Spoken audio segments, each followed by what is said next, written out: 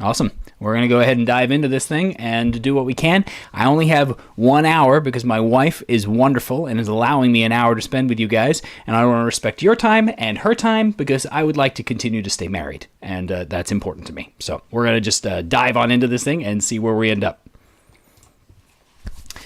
All right, so I have not spent a lot of time studying this beforehand because I wanted to be as, honestly, I'm terrible about spending the time doing it in the first place, and so you guys are kind of keeping me accountable here. If you have any questions that you want to know about, anything that's really exciting and interesting to you, go ahead and drop it into the chat, and I will dive to your specific spot. I do know that they have done a lot of stuff in the little side note things for us this time around in order to keep us able to see what all has happened in here. So I'm pretty excited about a lot of this stuff. All the things that I've heard have been pretty interesting. So let's see, weapon updates. Mastery property, which we've heard a little bit about on YouTube so far already. And the net is no longer a weapon. That's interesting. Okay. Trident's damage dice finally has been updated to give it some kind of actual interesting properties. That's a definite plus. I know we have all been excited about that. Your face is not in the circle properly. All right. There we go. All right. Apparently I was pointed a little bit off into the side, so we're fixing that one. Thank you for my wife for not making you stare at the back of my head for the next 45 minutes. All right, Lance, heavy two-handed property rather than the special property. That's a little bit strange for a thing that's going to be using with a shield. We'll see if they address that or how they address that. Versatile property for war pick, thank goodness. That just makes sense. Musket and pistol, but whatever, okay. People like guns in their D&D games. I know they do. Now we're putting them in the Players Handbook, which means they're going to happen at the table. I'm not personally a huge fan of the firearms sort of shindig when it comes to my Dungeons & Dragons. I prefer my low fantasy, but, we get what we got, and we don't throw a fit, so we'll see how it goes. Light property is now a weapon property instead of the glossary thing. That should have happened anyway. And thrown property now allows you to draw a weapon as part of the ranged attack, meaning that you can make that dagger wielding thrower that I have always wanted to play. So I am all excited about that. Hey, Jacob, thank you for letting me know that the audio is going well. I fiddled for a long time to try and fix the problems that we have had in previous sessions, so that's exciting. My cat is trying desperately. One of the cats. This is Cello, Monticello, trying to cause trouble. So if you see a little black devil diving in here, that's why. All right, I'm not going to go too far into staring at all of the specific numbers. I'd much rather look at the weapon properties. Light, when you take the attack action, still, they didn't actually change it, I don't think. You can make one extra attack as a bonus action with a different light weapon. You don't add your ability modifier, so essentially as it is in the rules now in the two-handed weapon section, only they put it into light to help that to be clear. Oh gosh, cat incoming. Really, come on. Sorry if you guys just got a face full of cat butt. Thrown weapon property has the throw thing that we talked about, mastery properties. Let's take a look at those. So, cleave. If you hit a creature with a melee attack using this weapon, you can make an attack roll with the weapon against a second creature within 5 feet of the first that is also within your reach.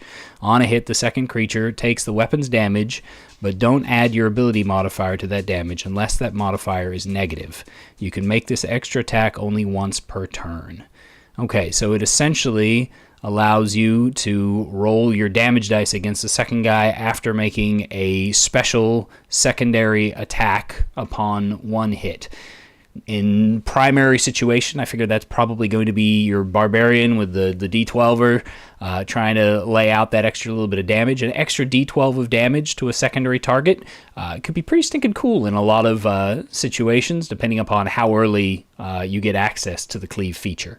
But So it's pretty neat, and it's a lot better than the cleave feature from the Dungeon Master's Guide as an optional feature, which is essentially that if you take somebody from full hit points to 0 in one swing, then you get to do extra damage to somebody around, and really meant that cleave was only something that could exist in your fantasy if you were high level and killing low level nothings, and you were just raking through them scythe through wheat style. So this is definitely an improvement on that one in my headcanon, because it allows the cleave fantasy on a regular basis, even if the damage that it puts out is relatively moderate. Flex, you can use versatile even if it's one hand. That's pretty cool for the sword and borders. Graze, if you miss, then you deal your ability modifier damage to the target even though you missed. Let's see, how can that happen every attack roll? Damage can't be increased any other way other than increasing the ability modifier. It can happen on every attack roll. That's pretty neat. Definitely the kind of thing that people would enjoy. When you make the extra attack of the light property, you can make it as part of the attack action instead of as a bonus action, only once per turn, but it's going to make rogues happy as they're going to get to keep their cunning action while still making 2 attacks in a round in order to guarantee that sneak attack damage. That's a pretty neat bonus. Push, 10 foot away from you, as long as it's no more than one size larger than you. I am not a fan of that as written. Depending, of course, upon who can get the push, what weapons can have the push feature. The downside I see to that is that there's nothing in there stopping it from being an every attack sort of thing, just like I dislike about Repelling Blast on Eldritch Blast for Warlocks. Having that over and over and over again in a round can really just make interesting messes. Now, admittedly, if it is just something that you can only do in a melee situation 5 feet away with a great big weapon, at most you're looking at a couple of attacks. Well, no, with a fighter you're looking at a lot, but it'll cost you movement to keep up with them. If it's going to cost you the movement to keep up with them, then it's not nearly as bad as Eldritch Blast, at least, that's for sure. If it can apply to a two-handed ranged weapon through some kind of shenanigans, then I'm much less of a fan of it being more than once in a round. Sap. Hit a creature with a weapon, disadvantage on its next attack roll. That's cool. Just bludgeon about the head for disadvantages. Slow. Speed drops by 10 feet. More than once, then the reduction doesn't exceed 10 feet. So it's essentially the equivalent of a Ray of Frost on each of your attacks, which is not bad for tanks trying to pin people down a little bit, but you're going to be right next to them, so is their speed really all that important at that stage? You might find some opportunities to do that, and I think I heard from the broadcasts regarding it on the D&D channel that it would be applied to ranged weapons, and if you've got a 10-foot reduction in speed on a ranged weapon, far more cool for the fighter to get that tactical opportunity to just start shooting people in the legs to slow them down so that they can't reach the front liners. I like that a lot better than I like the pushback, even though they have similar sort of influence. Again, this can only apply once to any creature in a round, which means you can slow a couple of guys down, which is awesome for the fiction, but you don't just keep plugging into them and pushing them so that they're 30, 40 feet back from the fight and are effectively slowed in terms of running to you, but they're just losing rounds after round and can never make any kind of headway. I just don't like that. Topple. If you hit, con save or go prone. Interesting that this is the first one that's got a saving throw involved in it, though the prone condition can be fairly advantageous, but with the changes they've made to unarmed strike, I'm a little surprised. We'll see. That might be okay. Vex, you have advantage on your next attack roll before the end of your next turn. Whoa, that one there is pretty intense.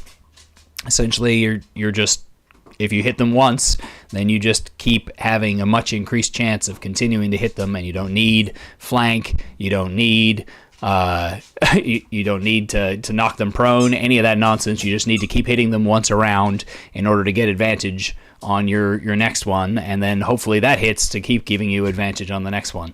It does require you to keep track of Vex, which is going to play a little bit annoyingly at the table because you're going to have those, oh, I forgot, moments when it comes to that.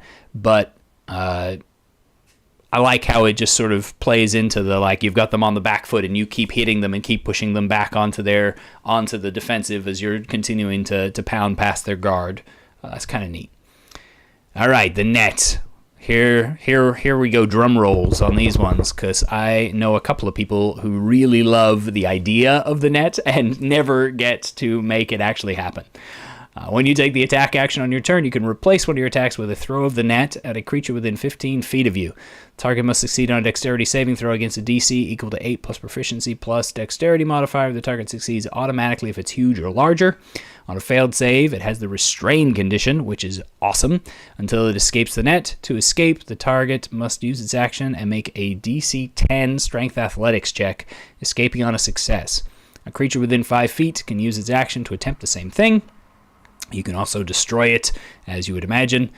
Immunity to bludgeoning, poison, and psychic damage. I really like that they put bludgeoning in there, just because it's so stupid that some things get destroyed by attacks that make no sense in the mental headcanon of destroying them.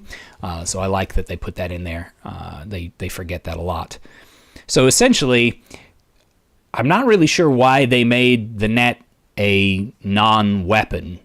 I suppose so that they didn't have to give it a bunch of different traits in order to make it viable. But essentially, it is a weapon that just takes an attack action. Because it's an item in your pack, it doesn't technically overcome the need to use your item interaction in order to draw it, whereas if they had have made it a weapon with the thrown property, it would have overcome that. Because it's not a weapon with the thrown property, then you don't have to worry about the disadvantage for a guy being right up against you, which was always the net's big issue, was that no matter where you were, you had disadvantage. But that's about the only reason I can see for doing it. And then they made it a saving throw instead of an attack roll, which I actually think is kind of cool because it fits the fiction a lot better. Because I don't know about you, but a guy with plate mail armor shouldn't be harder to hit than guy without plate mail armor with a net. That doesn't actually make a lot of sense in my personal headcanon.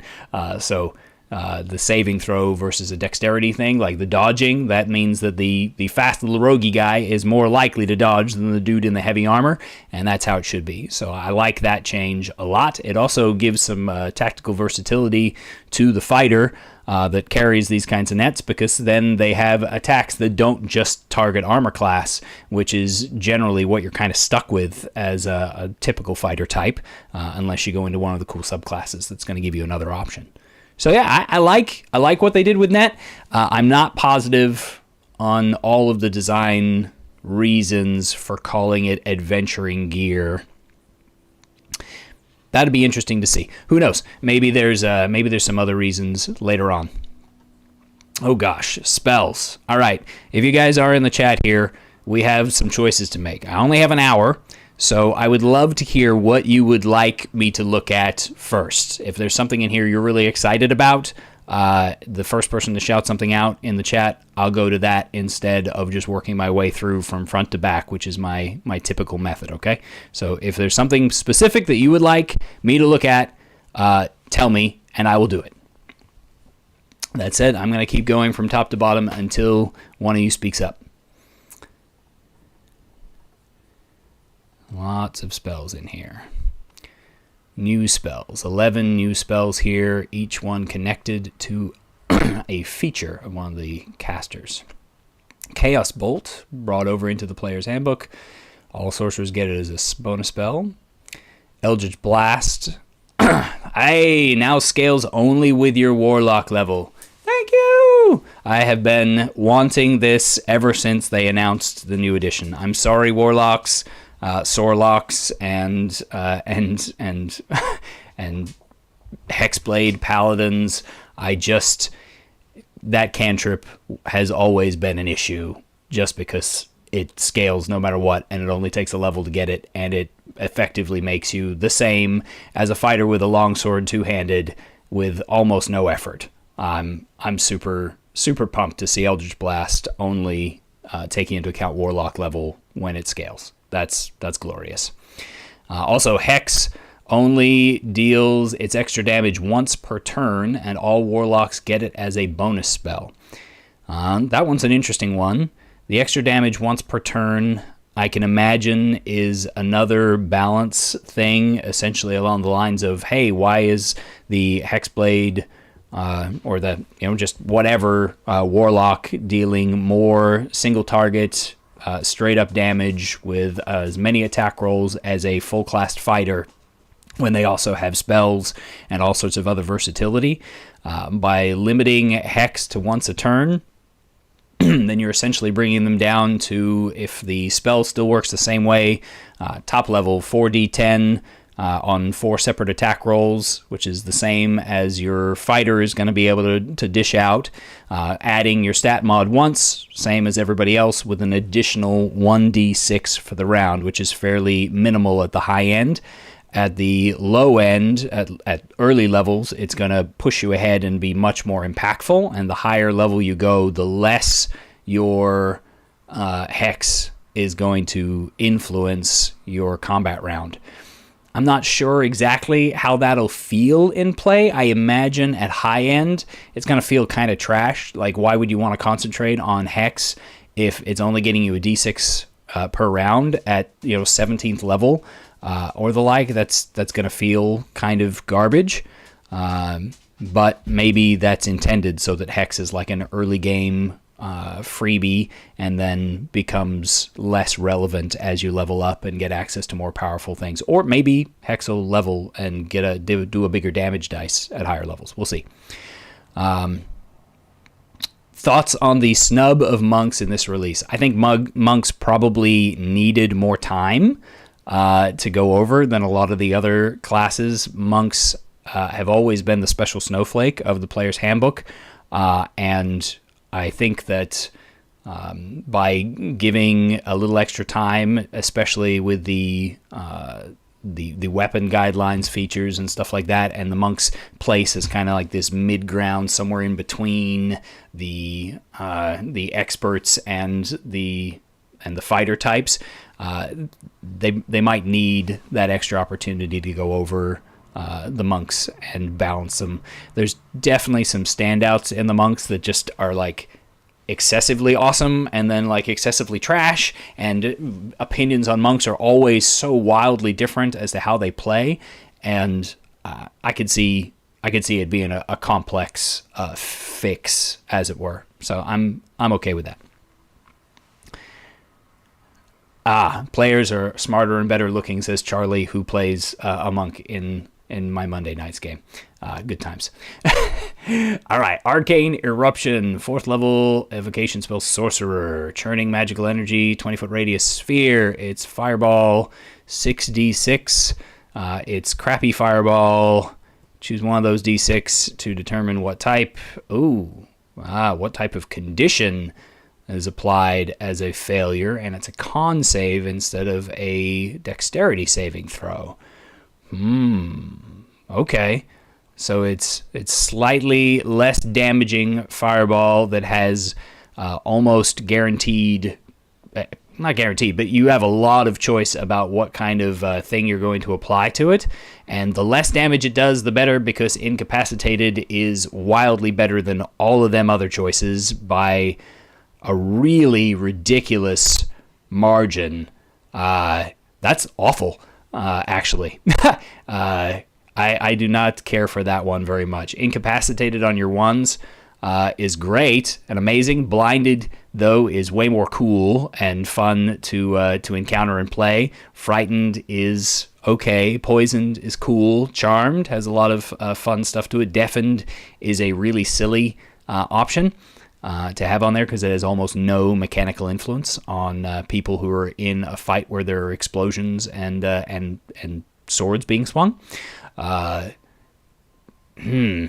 can see the design intent of putting the most powerful one on the natural one, but I'd like to see dazed or something of that nature rather than a complete lockdown on, you're rolling 6 dice. You have a 1 in 6 chance, essentially, 1 in 6 chances of getting one dice on a 1. I don't know how to work out the whole proper statistical probabilities, but I'm telling you, most of the time, you're going to end up being able to choose to incapacitate your opponents with this spell, more often than not, at least.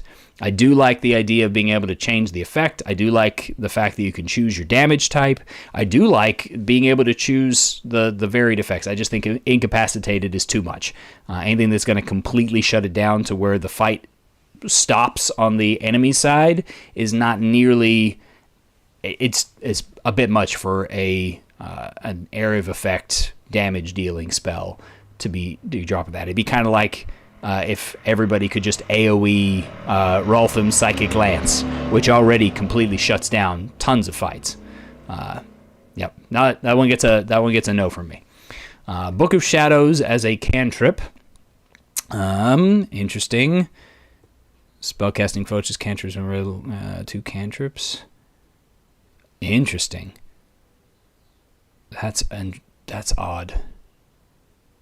Stunned would be a better natural one, David, though the downside to stunned is it's stunned gives incapacitated. So it's actually worse. No, I guess it wouldn't be better. Stunned is incapacitated only with additional unpleasant effects, right? So it not only stops you from doing the actions, but it also gives you other crap as well.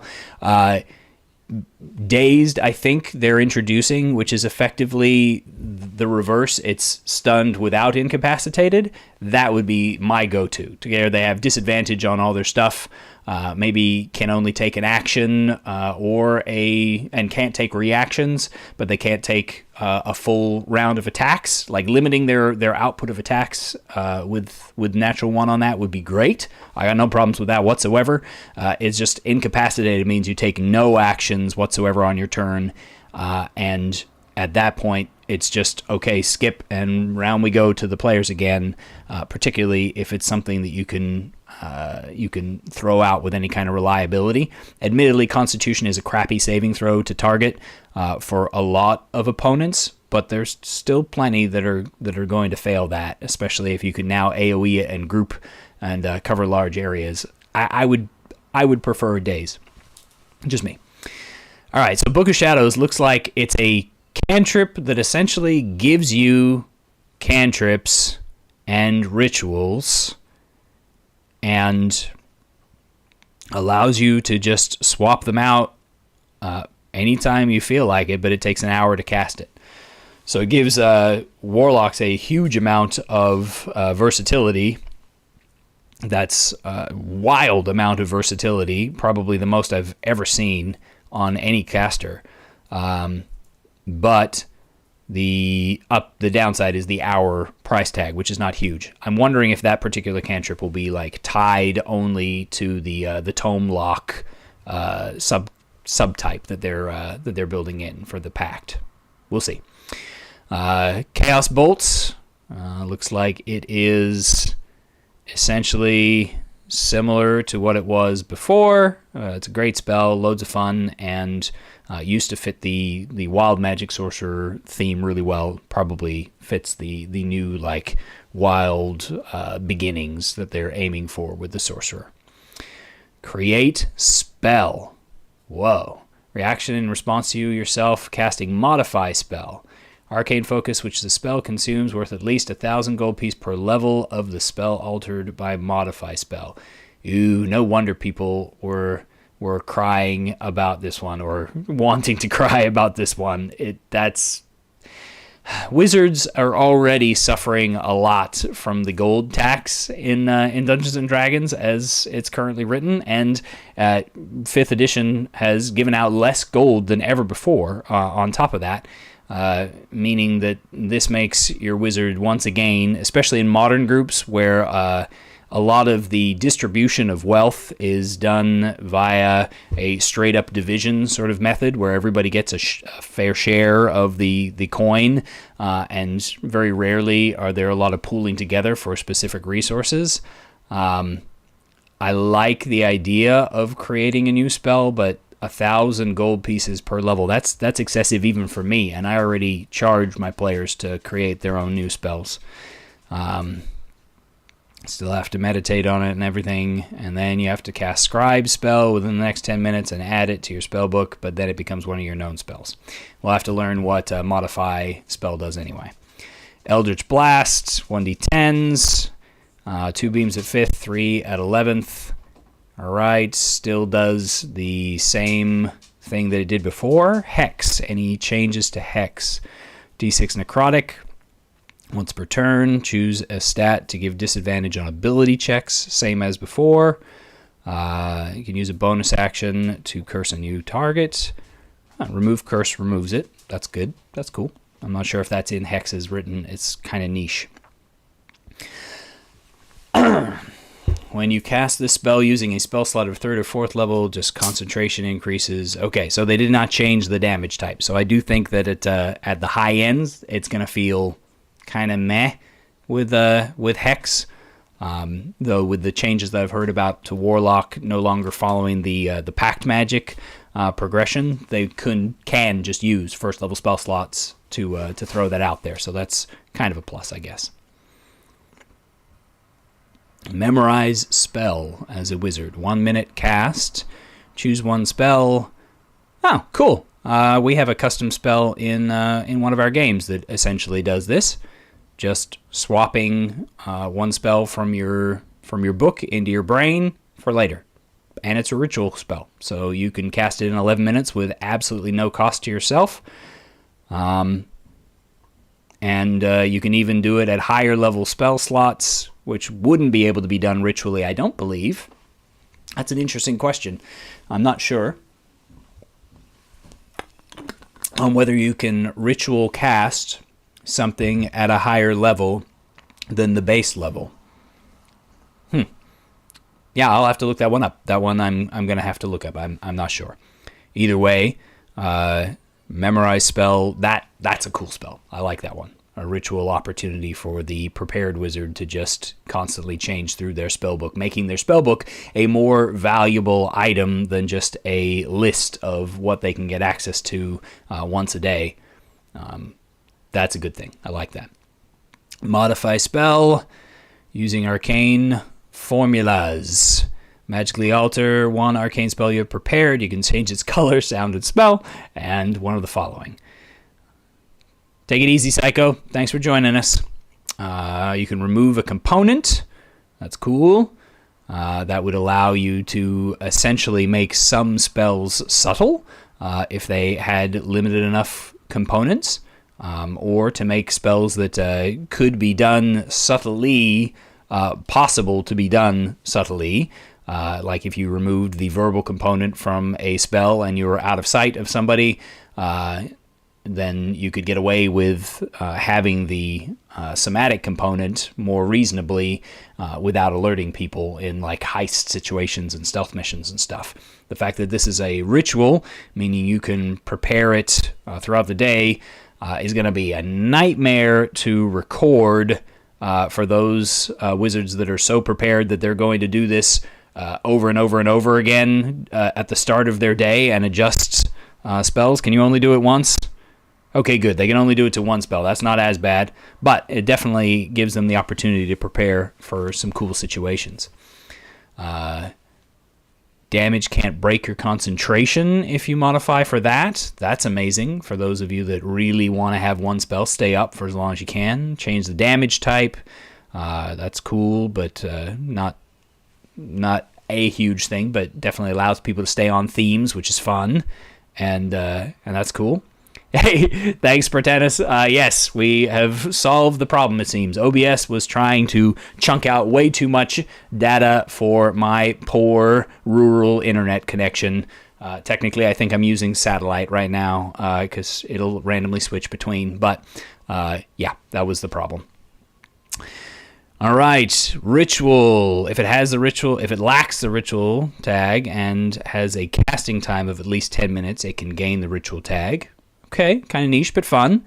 At least 5-foot range and not self, you can increase it by 30 times your wizard level. That's going to make some really long-ranged fun spells. Targets, if the spell affects one or more creatures and doesn't have a range of self, it now affects only your allies or enemies. Choose which when you cast Modify Spell. Wow, man. Modify Spell is awesome. I really like that one. That's really, really cool. And I can see the value between those and the combination into Create Spell. And for some of those, man, it might be worth the great big price tag, but that's so much gold to spend to adjust things to fit those. It's just so much gold. And at high levels, that's going to be relatively trivial because it's kind of an exponential curve of coin to just, shoot this way. But man, some of the other ones, I don't know. That was an interesting one. Hey, thanks, Britannis. I appreciate it. Pact Familiar, Warlock. I am feeling a strong sense that they are going to separate these out by subclass. Let's see. Unearth the entity. Pact Familiar stat block. I choose the type. Cool. Default opinion and certain appearance and certain traits. Combat. In combat, it shows your initiative count, but takes its turn immediately after yours, which is pretty standard nowadays. It takes the dodge action, uses move to avoid danger unless you use your reaction to command it to attack instead. Interesting. I kind of like that. Instead of it being another bonus action tax, it becomes a reaction tax, which is interesting. Remote viewing as a magic action, you can see what it sees and hear what it hears. Cool. No obvious signs of limits on those. Telepathically, as long as you're 5th level as a warlock, and over any distance, which no longer has that annoying 100 feet thing. That's pretty cool. And you can speak through it in your own voice, meaning it gets the Eldritch Invocation that used to allow that. That's also cool. It has hit points that are not complete and utter trash for a familiar, though they are still really, really low. And it does have hit dice, so it can heal on short rests with you. That's nice. Proficiency bonus to any ability check or saving throw that the familiar makes. Any? Huh. That's interesting. It's not proficient in any skills, but it's getting your proficiency bonus to all ability checks and saving throws. And skills, just to keep in mind, skills are not their own thing. They are just ability checks with a modifier for being allowed to use your proficiency modifier. Eldritch Bond there is saying your familiar is proficient in every skill in the game. And with all tools, and with all saving throws.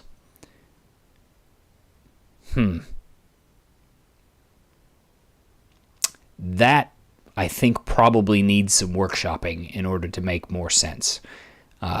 It's also got proficiency bonus to its initiative modifier as it's currently written, even though it doesn't have an initiative modifier, so that one's not too big a deal.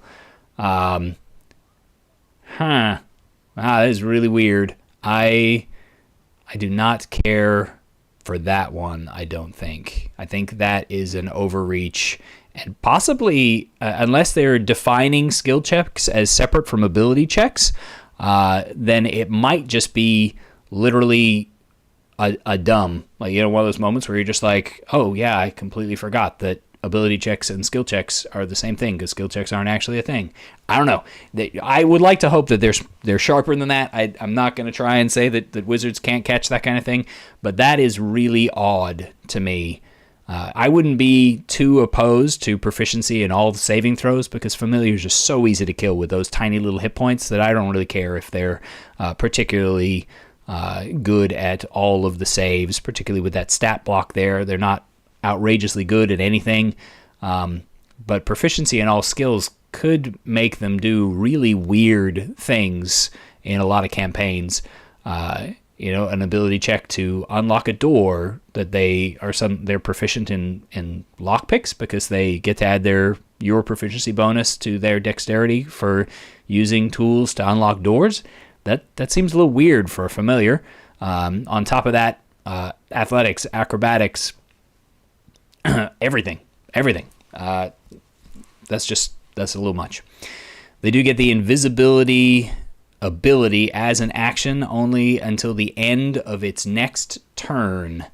We'll have to see what the invisible conditions details are as to what breaks invisibility. Their attack does an averagey okay sort of damage. Let's go take a quick peek at the invisible condition, just because my curiosity is way too piqued. Okay, 50 stinking pages in this thing. Wow, so big. Incapacitated, influence, invisible condition. If you're invisible when you roll initiative, you have advantage. Are affected by anything you target that. Attack rolls against you have disadvantage, and attack rolls have advantage. If a creature somehow sees you, as with magic or blind sight, you don't gain this benefit against that creature. Okay, so if we duck back up to the spot where we're at in all of this, somewhere up here. Nope, not far enough by a long shot. All right, so this allows a familiar to turn invisible until the end of its next turn, which means for the remainder of the turn that you got there, which allows it to move with its 40-foot fly hover speed and do any kind of bonus actions or item interactions that it can come up with. And then on its following turn, do whatever it feels like with the invisible condition until the end of its turn again. So that means they can attack while invisible, and they don't become visible with the attack. They become visible at the end of their turn after they have attacked and moved.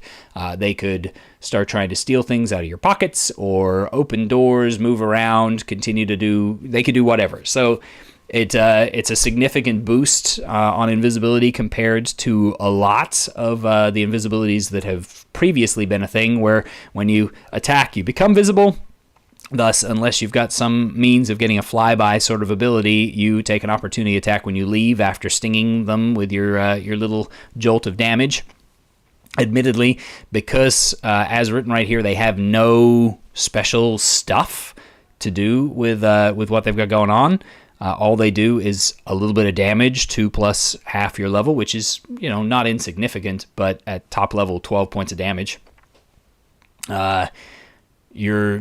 If they had any kind of condition effects added to those, it'd have a lot more weight. But just letting them do a little sting or letting them cause shenanigans, which I know was a question that had been posed to me, whether or not they could do shenanigans during their invisible rounds, and it sounds to me like the answer is yes, 100%. They can do shenanigans in between their turns.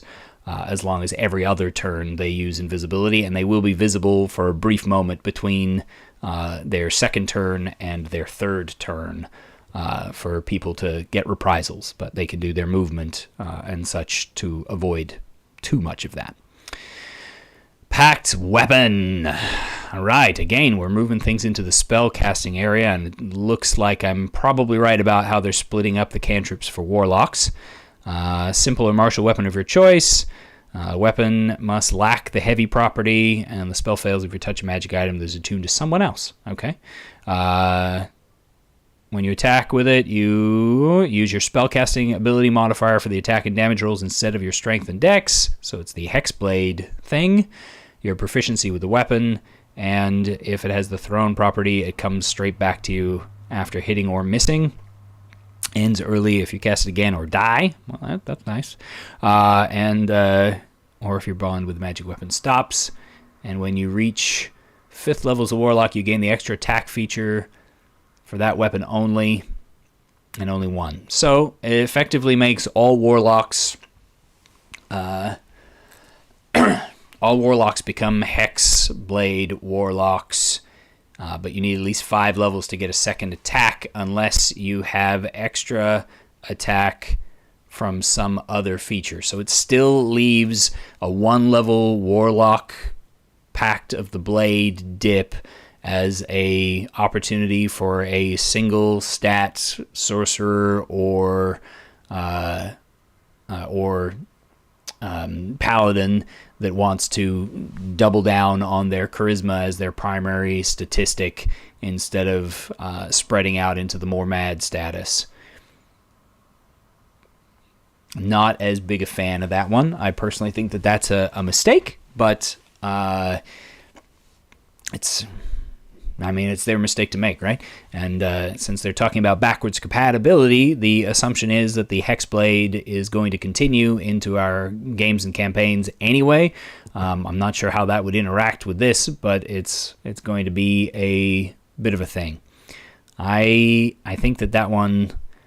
I personally, I don't mind people being single stat dependent, but I like the idea of the Warlock being single stat dependent as a Warlock, not just being a dip class for people to get rid of the penalties of having picked classes that have a wider spread, but because of that, more awesome and powerful abilities. The ability to like bring your mad class down to be sad, single attribute dependent, it should cost more than a single level if you're really into it. At the same time, people really love those classes, so hey, who the heck am I to tell everybody no? But that one seems a little bit, a little less awesome there. Scribe spell, 2 hours per level of the scribe spell. Components, 50 gold pieces per level.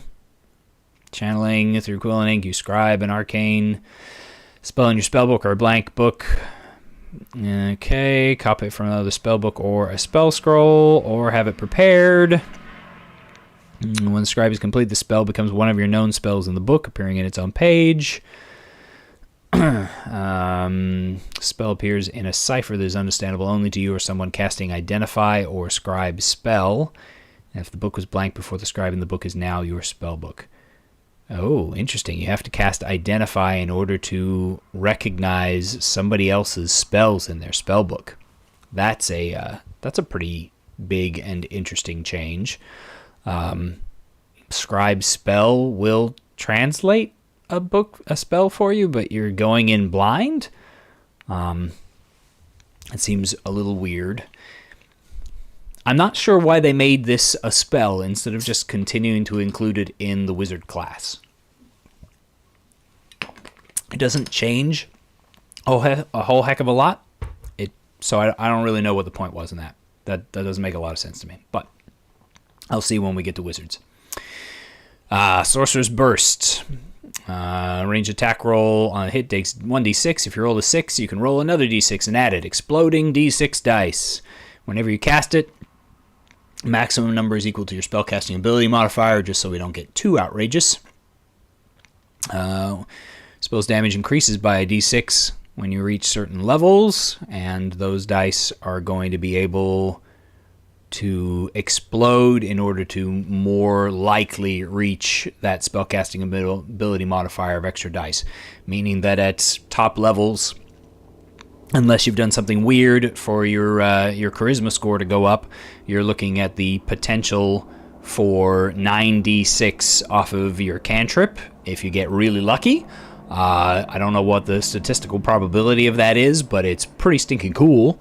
But you still have to make one single attack roll in order to hit with it, in order to get that exploding damage. But it puts them into the running for being on par with all the shenanigans that usually go to the Warlock for now. That's kind of neat. I think I would like it if it was tied to sorcerer level, just like... it is. It's tied to your sorcerer level, just like your Eldritch Blast is tied to your Warlock level.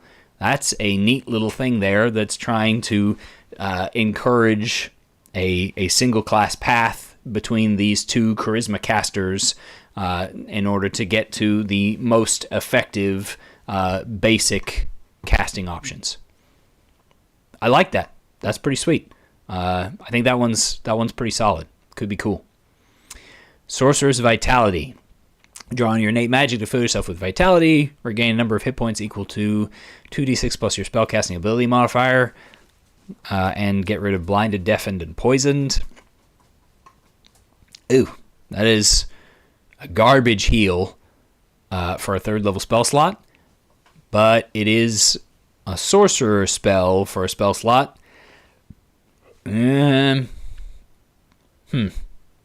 I don't know. It's not going to compete with something like the ability to get casting through another means or the Divine Soul Sorcerer that's going to be able to pull healing elsewhere. Having a heal built into the class for a personal heal is awesome and definitely allows for some more survivability for the Sorcerer. But 2d6 plus your ability casting modifier and removing 3 fairly niche and or not super problematic. Like deafened doesn't really matter that much. Poisoned only matters if you don't have saving throw spells to use or automatically successful spells that are buffs or area effect stuff. Blinded is the only one that really cripples a sorcerer, but it's a fairly rare condition to get thrown out at you. I would probably drop this to a 2nd level spell for the sorcerer and be fairly confident that it wasn't out of the realm of fairness. I don't know. If you have different opinions, feel free to chime in on those ones. Sorcery Incarnate, 5th level spell, bonus action, concentration. You regain 1d4 sorcery points. That's a single action. That just happens once, okay? Until the spell ends, you also gain the following benefits. You can use 2 metamagic options on each spell you cast, provided you pay the cost. You have advantage on the attack rolls of every spell you cast. Interesting. I'm not sure if that lines up to a 5th level spell. Obviously, using 2 metamagic options is awesome, but if sorcery points are still tied to long rests, then you're going to burn through those suckers like crazy, and 1d4 sorcery points, even assuming that you're casting this 1-minute spell with the intention of using it in a 3-round fight, which is probably the average for an actually pretty intense battle, you're going to use a lot more sorcery points than you're going to gain back. It's barely going to make it's barely going to make a dent in there. Spartana says that sorcerers are not as good as necromancer wizards. What about necromancer sorcerers, though? Right? That could be fun. I'm just saying, right? You gotta spread your wings a little and fly. Okay, try some different stuff. Advantage on the attack rolls of every spell you cast. If you're a blaster, that's downright solid. Particularly if you're then twinning spells, quickening spells, and otherwise dumping all of your sorcery points into a whole ton of attack rolls. Having advantage on all of them will definitely allow you to nova through your sorcery points in a pretty impressive fashion. I would have to do some theory crafting on the numbers as to whether or not that would push the class too far for that brief period of time, but it's a 5th level spell slot that you're losing for it. So 5th level spell slots often change the game in a fair manner. It'd be worth checking out. All right. Feats in here. Most of these we're going to skim through because I don't care about the epic boons. Nobody plays to those levels and wants to keep at it for much longer anyway. So those are really just sort of a trap. It's a trap in some regards. I'm not worried about them. Increase your strength or dex by 1 for weapon master and allow you to use the mastery property of one kind of simple or martial weapon of your choice.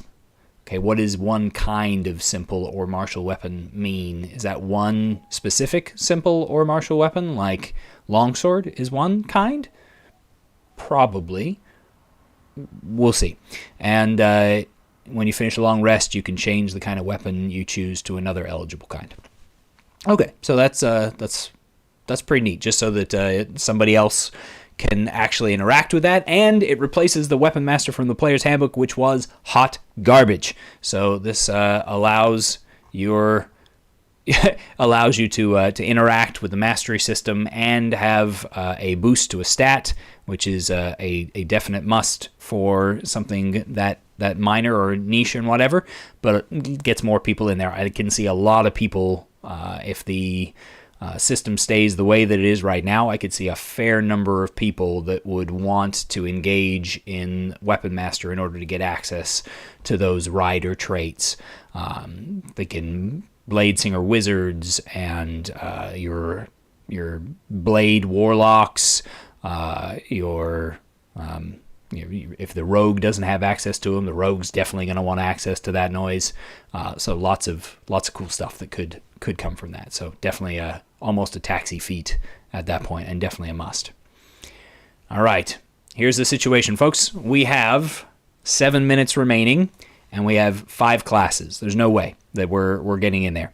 So in the chat, if anybody could give me one of the classes that's covered in here, and we're going to try and blitz through it as fast as I can, and the others are going to have to wait for another day. Drum roll. Who's first? What do we got? Warlock. Skippy, you win. All right, let's find it. I'm excited with that choice, actually, because I think that the changes to the Warlock have the potential to be one of the biggest changes in this edition. Primary ability, Intelligence, Wisdom, or Charisma. Wow, that's interesting. Right off the bat, we are jumping in there with making Warlocks a versatile primary stat. Coupled with the changes that they made to the Pact Blade, that grows even more wild and crazy. That's pretty intense, honestly. We shall see. All right, Pact Boon spellcasting. They have become a half caster like a paladin or a ranger. That's exciting. They still prepare their spells in a unusual manner here. Not certain if that is the same for all half casters, but it's not the same as what they have touted out for single classes as far as I was aware. Cantrips remain fairly low in number. Invocations now cap out at a slightly higher number, but are picked up in similar spots. Invocations at 2nd level, subclass at 3rd. Your Pact Boon right off the bat, making it a dip class for Pact Boons, which if those lead to your cantrips, that's where I think we're a little bit sketchy. Feats, Eldritch Invocation. Okay, so they're including Eldritch Invocations on the class features list just to make it look like there's something happening there. Whatever, if it makes you feel good, right? Like, yes, with not having the dash there means that there's no dash there, and people can realize that they get the invocation that they could also see by looking on the little chart. Whatever. Design notes. Medium armor is now included in the class's armor training. So they, again, Hexblade just lost out, and everybody's now a Hexblade. Pact Boon has moved from 3rd to 1st. Now gives you Eldritch Blast, Hex, and a spell of your choice from a group of 3, all of which are now exclusive to Warlocks. Well, we pretty much saw that coming. Pact Magic has been replaced by Spellcasting. Eldritch Invocation to cap at 9 instead of 8. Mystic Arcanum are now an Eldritch Invocation option. Okay, and now it's a tax to your Eldritch Invocations. Okay, Contact Patron is an 11th level feature and likely kind of the Divine Hail Mary. But I do know that contact with your patron makes a Warlock just 10 times better. It's so much more fun when you can have that role-played interaction. So we'll see how they come up with that. Hex Master, new 18th level feature. Eldritch Master has been removed. And Epic Boon, yeah, we don't care. All right, creating a Warlock here. D8 still.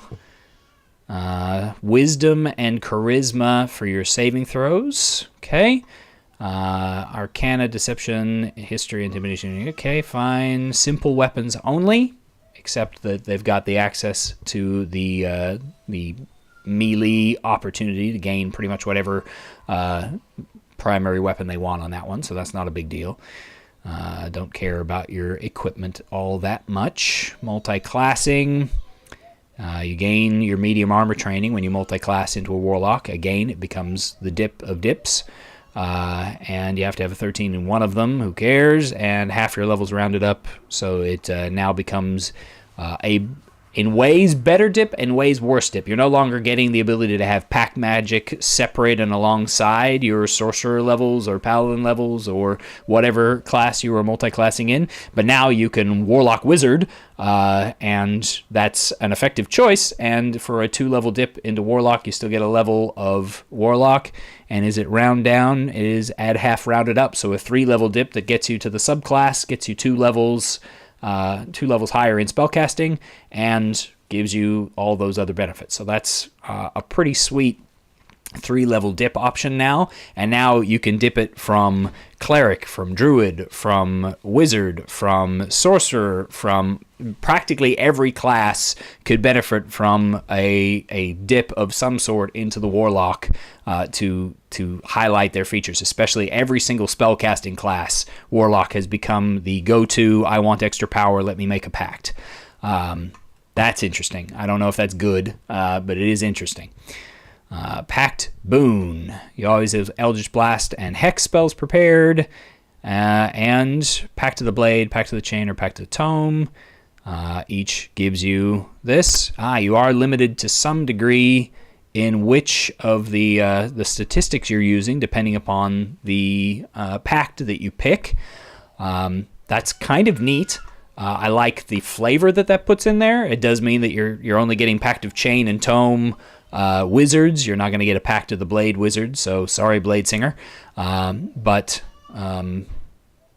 Yeah, you're not going to get any clerical chain. No cleric chain ones is actually kind of a bummer because, like, I don't know about you, but I grew up on Salvatore, and I like the idea of a cleric that summons up extra planar minions and puts them into service and binds them to deals and stuff like that, like the Catterley Bonaduce making poor choices.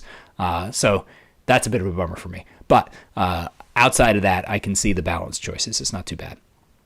Cantrips. Now you know 2 cantrips, plus you also get the opportunity for the free ones. So you're essentially got 4 cantrips right out of the gate with a Warlock now, as you're getting your choice one based on your Pact choice, as well as the Eldritch Blast, and then you're still getting 2 more. So that's actually a lot better for the Warlock. They're definitely getting a little more chance to spread around and make interesting choices there with their cantrip selections. And since they've already got the best combat cantrips, they don't need to double down on that unless they just want a saving throw option or they're looking for some fun flavor ones. So that's definitely a big deal.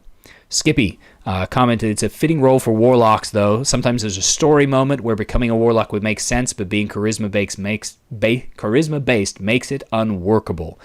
Super excellent point, Skippy. You're 100% correct. There are awesome moments where you interact with fabulous beings of weird power that are not the ones that are in line with what you're doing, and it makes complete sense, especially, I gotta say, wizards being able to make a deal for more power is about as on brand as you can get in Dungeons & Dragons. That pretty much fits every fiction out there, and, you know, like, how many Thayan red wizards do you know that haven't made a pact? Come on. They're all going to go down the Warlock Wizard line. So if we're trying to turn Warlocks into the ultimate dip class for the spellcasters so that we can support the story of that, I like the story of that. I just want to make sure that it's also a steady balance option that doesn't overshadow. Because right now, the Eldritch Blast thing, I've always felt like that kind of overshadowed. But again, since we're tying that to your Warlock level as a dip, the Eldritch Blast option is actually the least favorable dip choice, whereas the weapon option would be far superior, and the Pact of the Chain for the cool familiar is pretty on point too. All right, prepared lists. Okay, yep, changing your prepared spells. Whenever you gain a level, you can replace one spell on your list, so it's pretty much Same on that front, just adding these to your list and doing a very sorcery feel on that. Invocations, you gain 2 of your choice. You can't pick the same one more than once unless it says so. If it has a prerequisite, you have to meet it. When you gain certain levels, you gain more invocations. Okay, we know that. When you gain a Warlock level, you can choose one and replace it, which they added. We've known that for a while, or it's been a thing for a while. Or if the invocation involved a choice, you can replace the invocation with itself, but make a different choice. Okay, just covering all the change your mind options there. You get your subclass, feats, eldritch invocation, blah, blah, blah, blah, blah. We're just repeating ourselves for emphasis here. Subclass, contact patron. Okay, that's one I'm interested in. You always have the contact other plane spell prepared. With this feature, you can cast a spell without expending a spell slot to contact your patron, and you automatically succeed on the spell's saving throw.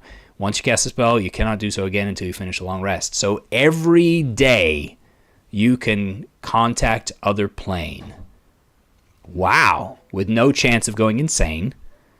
You do contact specifically your patron, so the DM has that opportunity to funnel knowledge still, because patrons are not all-knowing, and contact other plane does not automatically give you the exact answer to everything. But being able to cast that once every day means pretty much, why would you not? You hit 11th level, why aren't you going to try and seek extra knowledge and answers every single day and have a daily interaction with the powerful being that you're tied to, which from a roleplay standpoint is going to be loads of fun. Like, I know that I really enjoyed that in one of our campaigns where we had a genie warlock, and every time they went into their little bubble house, we made sure that one or more of the patrons was there, and having that constant interaction made that so much more fun. Whether or not it's super powerful, I'm not certain, but that's a load of fun. I like that. Any chance we play around with this with Baths? I am open for playtesting. I'm interested in doing that, so we can playtest this stuff on anybody who wants to. I'm down to give it a go. And we can give some real feedback in actual games. All right, Hexmaster, allowing you to cast the Hex spell without expending a spell slot. So you can use Hex unlimited times per day from 18th level on. But at 18th level on, you're dealing 1 extra d6 around with your Hex. So really the penalty to their ability checks is probably more awesome at that point than the d6 of damage is going to feel like. Eldritch Invocation options. Design notes. Oh, cool. Summary. Let's go with summary. Beguiling Influence can be used to take the Skilled feat or another eligible feat. Bewitching Whispers, replaced by Mystic Arcanum. Book of Ancient Sequence, absorbed by the new Book of Shadow spell. That's for reals. Mystic Arcanum replaced. Mystic Arcanum replaced. Doesn't decode secret messages. Ha! That's cute. New invocation that enhances Pact of the Chain. Okay.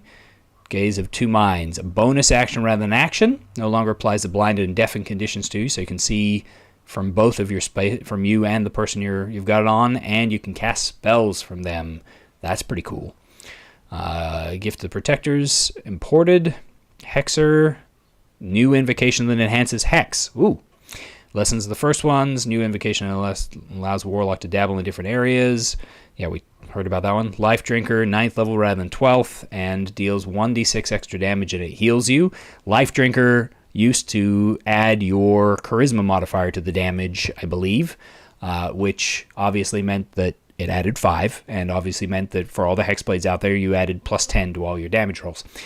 So adding a d6, much more variable, much less powerful, and healing you, offsetting some of the sting, and fitting Life Drinker a little better, because like 5 necrotic damage that didn't heal you had a very dumb name, right?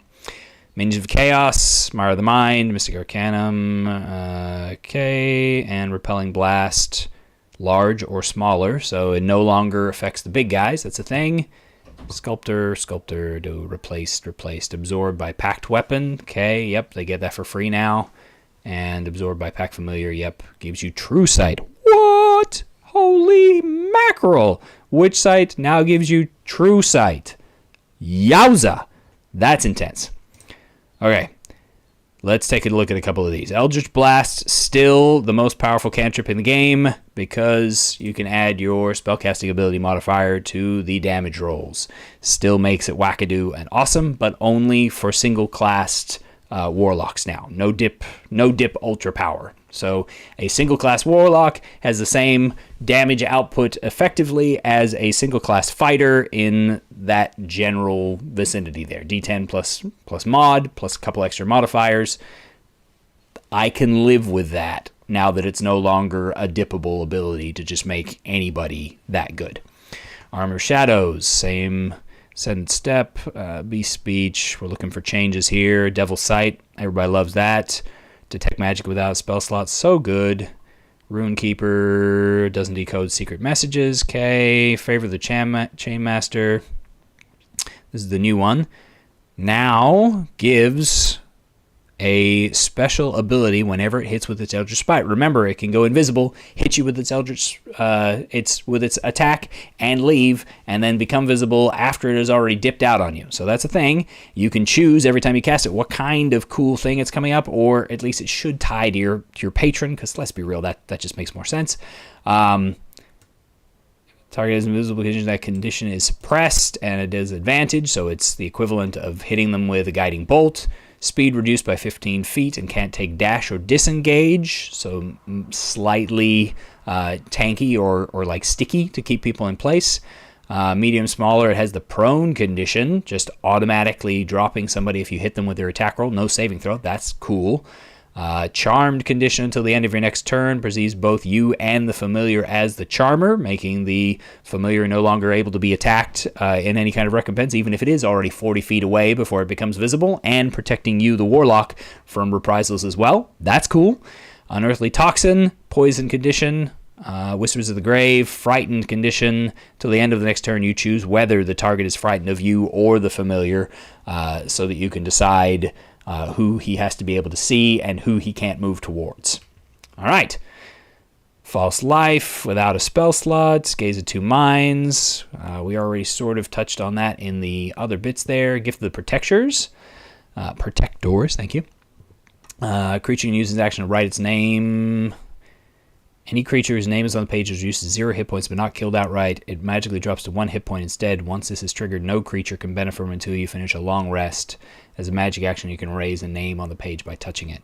So it's effectively a group-wide, one-use death ward. Number of names equal to your proficiency bonus. I don't know if that came from somewhere else, but it's kind of cool. I like it. Hexer, here we go. Hex has a range of 600 feet. And it gives you advantage on any Constitution saving throws you make to maintain your concentration on that spell. Man, okay, that's kind of dumb. I don't really care for that one. Lessons, the first one, skilled. Any feat that is available to first level characters and it lacks prerequisites. You can only take lessons of the first ones once, but it does mean that a warlock gets to have one more feat than everybody else as long as it's a first level feat, which means it's not going to add to your stats, I believe. But it's still pretty cool. First time you deal necrotic damage with this invocation on each of your turns, you regain a number of hit points equal to necrotic damage dealt. So it deals an extra D6 on every attack roll, but it returns a number of hit points equal to the necrotic damage dealt on only one of those. And you do have to be a 9th level warlock or higher, so it's not something that people can dip into in order to cheese it out by becoming a high level fighter with a first level Pact Blade option. So essentially just adds D6 to each of your hits, and you're going to be using a weapon to deal it. Still not 100% on whether or not your Pact weapon can be a bow. If it can, then I'm not as big a fan, but if it can't, then that's pretty sweet. That's not too bad. Upping melee is a good thing, because melee has enough challenges in its life without taking away all its good stuff. Myriad Forms, Alter Self at will. Misty Vision, Silent Image, Mystic Arcanum. Okay, this is the big one that we need to know about. Oh, we are overtime. Gosh, darn it. We really need to end. This thing is so long. You can take this thing more than once, and essentially it just adds a 1-a-day spell, just like the Mystic Arcanum things do, and it's kind of taxy at high levels, which is why they're giving you at least one of them. It's going to be kind of a tax. So you're definitely losing out in the spellcasting department on that, but you're gaining in others. So, yeah. Otherworldly Leap, Repelling Blast. Ooh, does it tell us anything good? Large or smaller, you can push that creature horizontally up to 10 feet away from you. Okay, they left it with constant, unlimited numbers of hit. Boo hiss. Okay. All right. I'm going to leave off here because I'm already over time and I want to stay married. So we will have to pick up with subclasses and with the other classes some other time. I hope you've enjoyed watching this or coming in here through with me. And thank you, Skippy, for picking the Warlock to go through. I like a lot of the changes. I would say in a summary sort of stance on what we looked through today, I like the weapon system that they put in there. I still obviously need to see how it interacts with fighters and barbarians, but that'll have to wait for another time. And the changes to Warlock, making them the ultimate in multi-class options, I can see how that fits the fiction of the Warlock, and in that manner I approve. Because anytime that we're tying our game more closely to the narrative in the mechanics, we're improving the depth of the game without adding a ton to the complexity of the game. And depth is good when it doesn't add too much to the complexity. I am not certain whether or not I really like exactly how it was done in a couple of places. I love what they did to the Eldritch Blast. But there's a couple other spots where I feel like it leans into the multi-class thing just a little too hard, maybe, particularly for the melee classes. But maybe the goal is to make every class as single attribute dependent as possible. But you shouldn't have to multi-class to do that if that's the goal. We'll see in future releases and further into this if any of that's the case. For now, thank you so much for joining me here and giving me somebody to talk to so that I'm not just going through this on my own. It really helps and keeps me accountable to it. And I'm going to set up another stream soon to continue going through it because odds are good that I will be busy prepping for this week's 7 games and dealing with other YouTube streams and such, and will fail to do it if I don't have you to help me get through it all.